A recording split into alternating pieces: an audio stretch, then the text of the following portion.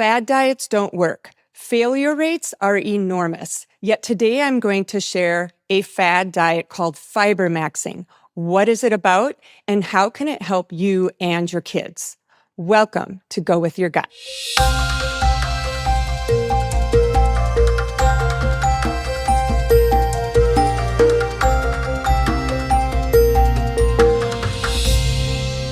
I'm Norma Flood, and I'm an integrative and functional nutritionist. And I know this episode is going to post in the new year. And that being said, there are a lot of you out there that have set a New Year's resolution. And most of the time that's toward better health, whether it be exercise or eating better. But most of us also know that by mid-January, most of us have already given up on ourselves. We've quit. And this is so common that they actually created a day called Quitter's Day, which is the second Friday of January. But what I want to do today is I want to change things. I want us to pivot, really thinking about how can we create realistic, actionable steps toward change, toward better health for the whole family. We already know that regardless of the time of the year, we get bombarded by the next fad diet, the next miracle supplement, and it throws us in all kinds of directions. We even get great information from functional medicine, any medical professionals, nutritionists. They have a lot of great things to say, yet so many people have different opinions, and this leaves most people feeling so overwhelmed. So first, I really want to bring that back to how that's affecting our kids today. And really, what we want to think about is how it's affecting their relationship with food and their body image. You know, we think of food related to calories and weight loss and how our body looks. Do we ever bring it back to the microbiome and feeling better and having better mental clarity? So some of the statistics that are available through the National Eating Disorder Association add additional concerns with kids and report that over half of teenage girls have dieted, and over close to 30% of teenage boys have already been on diets. And what this does is it increases their risk for having issues with food and having issues with their body image and having the wrong focus on health. So how can we really provide a change? And that's the dilemma. The dilemma is we know our kids need to eat better when over half of what they eat is processed food, and it's coming at them all of the time. So how can they make those right choices for themselves? And how can we encourage that without going too far, without pushing too hard, without causing harm? And so that's why I want to be sure that people know that it's never too young to create a positive relationship with food. When I work with preschoolers, I talk about the microbiome. I connect to how food feeds those gut bugs and how those gut bugs take care of us. And this is the relationship that needs to start, that needs to be planted in all of these kids and even adults, regardless of age. This is important. We all need to change our attitude toward food. And this can actually be the first step in making realistic positive changes that are long-term instead of quick fix. Yet today, I am going to be promoting a quick fix. There's something that's been popular on TikTok called Fibermaxxing. And at first, when I see all of these fad diets, I think, oh boy, here's another one. But this one really stood out because it had a simple message. And that brings me to the tips that I want to talk about for success. And tip number one is keep it simple and positive whenever you're trying to make changes toward better health. Absolutely keep it simple and try to look at a positive twist. So all of us know what we're not supposed to eat. Stop eating this, stop eating that. But what's the psychology going to do? If someone tells you not to eat chocolate cake, what are you going to think about? You're going to think about chocolate cake. So the thing I like about Fibermaxxing, first of all, is they talk about eating more fiber. That's a positive goal, something that you're looking to add into your diet. And it's such a simple message. Look at the fiber in food. How can you meet your needs? And little kids, even little kids, ages 1 to 3, need almost 20 grams of fiber a day. They're not coming close. And then as we reach the teen years and into adulthood, females need at least 25 grams a day, and males need up to 38 grams a day. So in general, we're looking at a range of 25 to 35 grams a day for most of us. And I bet we're lucky if we're meeting half. Now, if we continue to keep this on that positive side, we also want to bring that fiber back to the microbiome. Again, why are we doing it? We're bringing it back to really helping our gut bugs and how they're going to help us to better health as well. And so maybe in choosing those fiber foods, you might also consider that these be organic because we're trying to decrease those chemicals. And know that naturally, when you're adding in fiber, you got to make room for it, right? So maybe just as a side effect, you tend to have less ultra-processed food and lower chemicals. So then that change happens gradually and naturally. So that takes me to tip number 2, and that's making actionable steps. So tip 1, keeping it simple, adding more fiber, having it be organic. And I should be clear, what are those foods that are highest in fiber? Let's just put that on the table now. It's fruits, it's vegetables, it's beans, all types of legumes, lentils, it's whole grains, all those types of high fiber foods that are out there. And again, making that organic when you can also help decrease some of that chemical burden, but it doesn't have to be perfect. Let's keep that in mind. So tip number 2 is making small, actionable steps. And what I mean by that is, okay, let's add fiber. You can actually break that down further. So especially for kids, if you give them too many changes at once, they are going to rebel. And it's just going to need to be at a pace that's right for your family. So a first step might be, instead of just a general message of increasing fiber, how about adding more fruits and vegetables? How about every time you have a snack or a meal, is there fruits and vegetables or at least one or the other present? That could be a great first step. And whatever time you need to make those changes is important as well. And that does take me to tip number 3. I'm getting ahead of myself, going at the pace that's right for your family. Number 1, it's more work for whoever's doing the grocery shopping. You got to get all those fruits and vegetables back home. And then also for your family to be able to incorporate some of those changes. And then that leads me really to talking about how might you, in that pace, look at those actionable steps. It might be, let's just first look at those fruits and vegetables throughout the day. And once you get that down at the pace that's right for your family, you might say, okay, I think we're ready for another goal. Maybe let's look at increasing fiber even more at breakfast. So you might look at the grains. You might say, okay, instead of that processed cold cereal, the white bagels, the white bread, the Pop-Tarts, the Belvita biscuit cookies, Nutri-Grain bars, whatever it might be, you're going to replace it maybe with baked sweet potato fries or whole grain oats, or even leftover butternut squash or roasted potatoes from the night before, whole wheat toast that's organic. So different ways that you could just make those changes at breakfast. Then giving more time, then you get to lunch. And lunch is a big deal because there we have, especially lunches at school, those are so difficult and challenging, might need a little more time as a family to incorporate some of those changes. But some ideas might be adding bean or lentil soups in a thermos and bringing that to school. So yes, it might mean packing lunches, sandwiches that have whole grain bread, and then moving on to the next goal being snacks.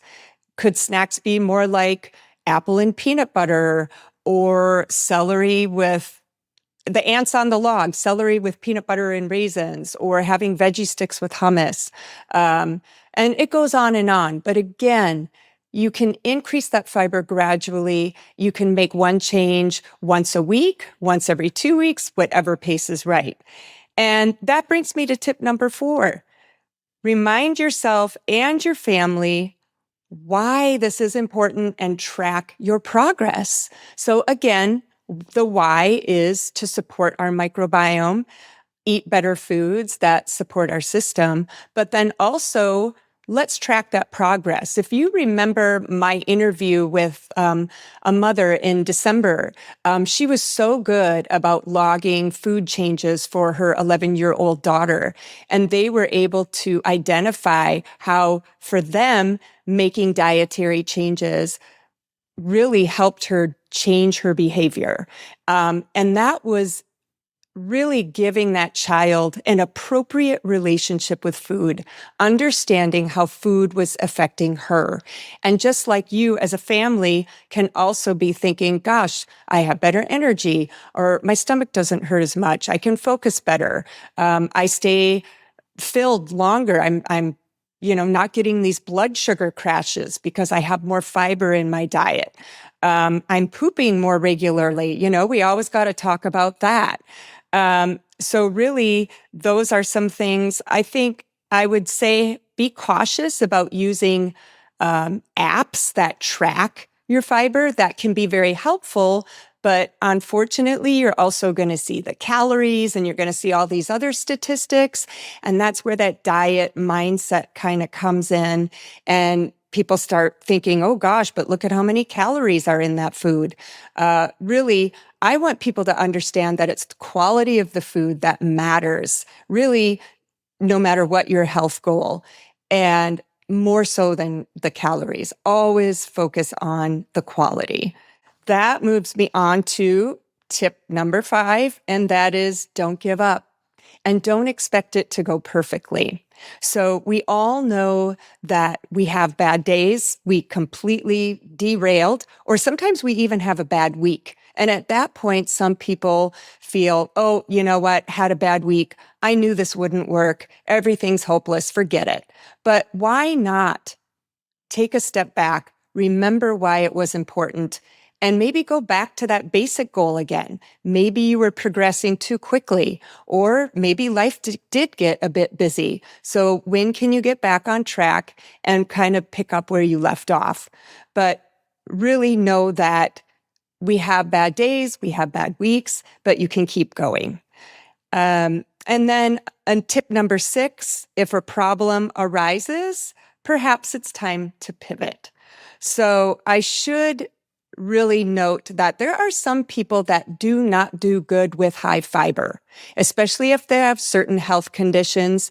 That can include SIBO, which is small intestinal bacterial overgrowth. We're not going to go through that today, but SIBO is a condition that they will react pretty badly to having too much fiber because bacteria is in the wrong place. There's also ulcerative colitis, diverticulitis, other inflammatory bowel diseases. And when there's a lot of inflammation, they need to calm that inflammation before they're adding fiber back in. There's also food intolerances. Let's say someone's adding more fiber from a grain that they didn't know they were intolerant to, and they're getting stomach aches. Any other issues, that's something to think about. So you really want to pay attention to foods that don't make you feel good as well. Sometimes it's not always progress when you make changes. And picky eating, that comes up a lot. That comes up a lot with kids. And that's why we need to be patient and not give up. Maybe first you're just allowing those types of fibrous foods that they prefer the most. And then little by little, you might increase variety. You could also seek the help of someone like myself, a functional nutritionist or other functional health practitioner or coach that could help your kids adjusting to new types of foods. Constipation is another one. If you're increasing fiber and not increasing your water, guess what? You could experience constipation. So water is an absolute must. And that is another health goal to begin with that you might have to add in there at the same time. And that's getting those 8 cups of water a day just to be sure that you have that regularity. And then finally, if you're getting kind of gassy from some of these foods, a lot of times it's because you really don't have as much of that good bacteria that can handle this good fiber. So initially, you might even have to add digestive enzymes so that these fibers can be broken down better as you restore your good type of bacteria that will eventually support you better in the long run. And finally, tip number 7, make sure the timing is right, especially in this new year. Was January 1st the best date? Did we have enough time to get back into our routine? Or maybe it's a time of year when school is just starting and we're just getting used to everything going on, or we're starting a summer vacation, or we're heading into the holidays. So no matter what, you want to look at a time that's best for your family, when you can really feel settled down and getting into your routine. But I know what you're going to say. I'm always busy. I am always busy. I get that. I really get that. So that is why that takes me back to that tip number 1, keeping it simple and going at a pace that's right for your family. So I want to move on. We're hearing how great Fibermaxxing could be. Because it's a positive way of adding in something good into your kid's diet, your family's diet. It can work for the whole family. And then also naturally, it could help you reduce some of those ultra processed foods as you're adding those high fiber alternatives in. So, but this is only a part of the overall diet. We also know that protein's really important for our brain health, our muscle health, our immunity, our skin, all of those things. We also need fats for our brain, for our hormones, and so many more functions that we need to think of. So bringing it together brings me to all of those diets that are out there. And as I mentioned before, there's a lot of them, and even those that are healthy. So that's what I want to get into next. How do you apply those next steps, looking at some of those popular diets? And I would say probably the most popular and well accepted and simple to understand is the Mediterranean diet. This is also known as the anti-inflammatory diet. It's similar to even the MIND diet, which is good for the brain. And a new addition, it's also the GLP-1 diet. And I know that's another topic. I know there's a lot of people taking those shots. I don't know what else to call them. So those diet aids that help people lose weight. And know that when you are on those, that you do still want to be thinking about the quality of what you're eating, because you are working on rebuilding that microbiome so that when you do go off of those medications, you have a system that's going to support you better. But moving back, the Mediterranean diet overall, what this is all about is there's a great emphasis on plant foods. So if you started with Fibermaxxing, you've already taken care of the biggest step, because that should be the majority of your diet. All of those plant foods, fruits, vegetables, grains, legumes, and so on. And then it also looks at having smaller portions, not necessarily small, but smaller than the standard American diet of meats, such as poultry, eggs, fish, and so on. And then limiting red meats, using the right types of fats, especially olive oil, and then also those good healthy fats like omega-3s from fish. So there's a good emphasis and balance within that. And I think that's why Fibermaxxing is a good first step to maybe incorporate these additional things. Now, if we move on to something that's become more popular is the vegan diet. And I bring that up because it's especially becoming popular among youth. And this is because of their concern of animal rights and their concern for the environment. And while this has good intentions, it can also create a lot of issues for growing bodies. And in some that become too obsessed with the diet, note that it can also trigger an eating disorder. So just keep that in the back of your mind. First of all, with veganism is because they're leaving out that meat group and there's a focus on that, there are risks for deficiencies. And that includes zinc, it includes choline, vitamin B12, vitamin D, omega-3 fats, iron. All of these are essential for growth. And if you have a genetic predisposition to not convert some of these plant sources to their active forms, then you have an additional concern for those deficiencies. So keep that in mind. Also with veganism, there's also the junk food vegans, and that's where they just focus on what they need to cut out, but then they'll still eat a lot of vegan processed foods. So then they have even more nutrient deficiencies to be concerned about. So fiber still matters for them. Quality of food still matters for them. So really be on the lookout for providing better support there.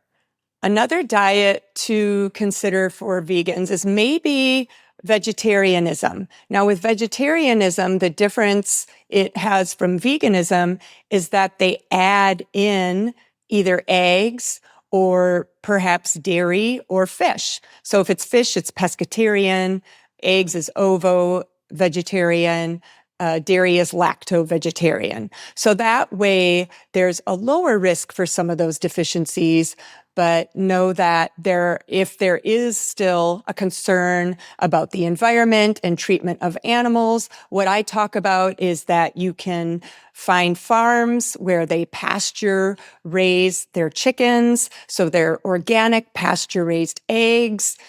You could also get other meat products from those that are grass-fed, pasture-raised cows. So there are things to consider when you still want to be mindful about your carbon footprint, but you also want to take care of yourself.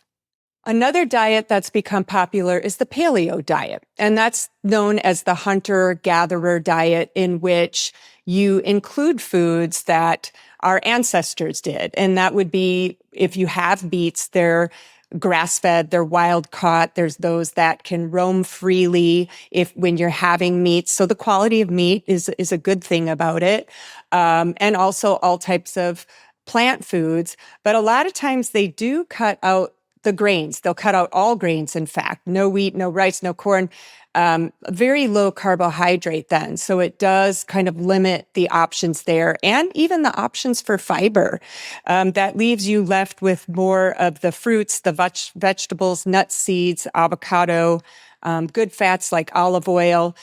So I find that the paleo is not exactly appropriate for kids or teens, just because there's not enough options to get the carbohydrate that they need, especially with growing bodies. I think paleo is more for those that, are really out of balance already. They have a imbalanced microbiome. They're adults that haven't been eating well for years. They are progressing toward chronic disease. They have cardiovascular disease. They struggle with glucose tolerance or have diabetes. So in these cases, paleo might be helpful to kind of really steer their body toward better health. But still in those cases, making sure you get enough fiber is very important, because constipation can sometimes be an issue if you're not. That moves me on to keto. And keto is more strict than paleo. Keto not only cuts out all grains, but it also cuts out all beans and lentils. It cuts out even the starchy vegetables like sweet potato, butternut squash. Keto, you are essentially eating meat and vegetables and all types of fats. It really doesn't look at the quality of the fat, just as long as you're putting your body in a state of ketosis. And what that means then is then your body is using fats as energy when your body goes into ketosis. Now, ketosis has been beneficial for those that suffer from epilepsy. It's also been helpful for those with cancer, those with Alzheimer's, to really shift that healing that needs to occur in the body. So those are more extreme cases where keto might be beneficial. I've also seen this with fatty liver disease, where again, disease is highly progressed and keto is a more drastic shift for the body. But for everyone else, I really don't recommend keto because you are not feeding your microbiome. You are mostly giving it proteins, which can cause an imbalance in your acid base, and that can throw off that environment that your bacteria prefer to thrive in. So really be cautious about keto and know that it's not a long-term diet. It's a short-term fix. And then, of course, be aware that high protein diets are also a concern, whether it's paleo or keto, because when we have weak stomach acid, and this is true as we get older, when we have weak stomach acid, we don't break protein down as well. And if you're on a high protein diet, you're going to have these larger particles of protein that aren't digested as well, and they're going to sit in your intestine. And the longer they sit in that intestine, they create this fermentation that creates a lot of toxic byproducts in your gut, which is very toxic to our good microbes. So again, be aware that high protein is not always a good thing. And I know that we talk about protein being important for mental health, but it doesn't mean it needs to be the largest portion on our plate. I know that mental health, we need those amino acids every meal. I like to have protein every meal. Growing bodies, athletes require a good amount of protein, but it still is not the largest portion on your plate. You're really getting a lot of vegetables on there as well. You're probably increasing portions of everything, but you need all of those food groups regardless. So again, try not to go too heavy on the protein, knowing that it can put this stress on the microbiome, and it also puts stress on your kidney. And then a final diet I want to go into is the Pegan diet. And the Pegan diet was created by a leader in functional medicine, Dr. Mark Hyman. And what this diet is, it's a combination of paleo and vegan. So it looks at the fact that, yes, Pegan can look at paleo as the good sources of protein, the grass-fed meats, those that are pasture raised, and then balancing it with more fiber, more plant foods. So it's not as restrictive as paleo in that it allows all types of carbohydrates, fruits, vegetables, whole grains, beans, and lentils. But it does really make it clear that gluten is one grain that you want to limit in your diet as much as possible. And I talked about this in my gluten episode in earlier episodes. So have a look there if there's confusion about gluten and maybe how that would fit in your lifestyle, because it can put a little more stress on the gut. To sum up the Pegan diet, it's all about organic, whole plant foods, grass-fed or pasture-raised animal products, and also applying lifestyle changes in addition to organic. So really more comprehensive. But what I want to say with all of these diets is you can't start these in one day. So it's not like you tell your family, okay, we're going to follow the Pegan diet on January 1st. You can imagine how overwhelming that is. And that's why that takes me back to that Fibermaxxing as maybe that first step, looking at small actionable steps that you can take and add one thing at a time as you progress toward maybe a healthier diet that's right for your family and doing it at that pace that's best for you. And this will take some time, but that's because this is for long-term health changes. This is not a quick fix.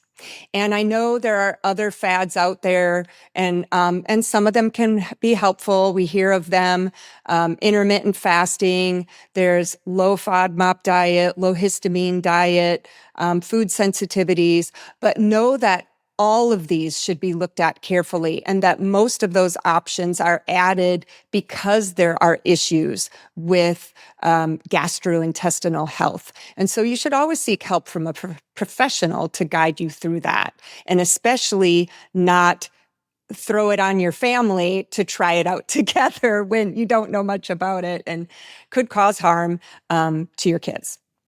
I hope this inspires you to take small, actionable steps toward better health.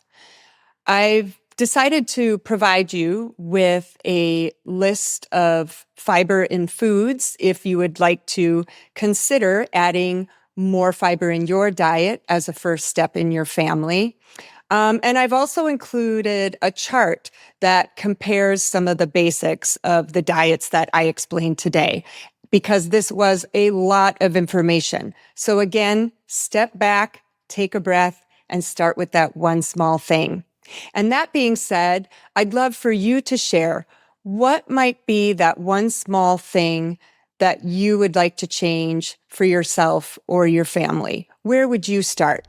Please share it in the comments below, or if you're just listening, head on over to my YouTube channel and share it there. And let's keep this conversation going. And until next time, be well.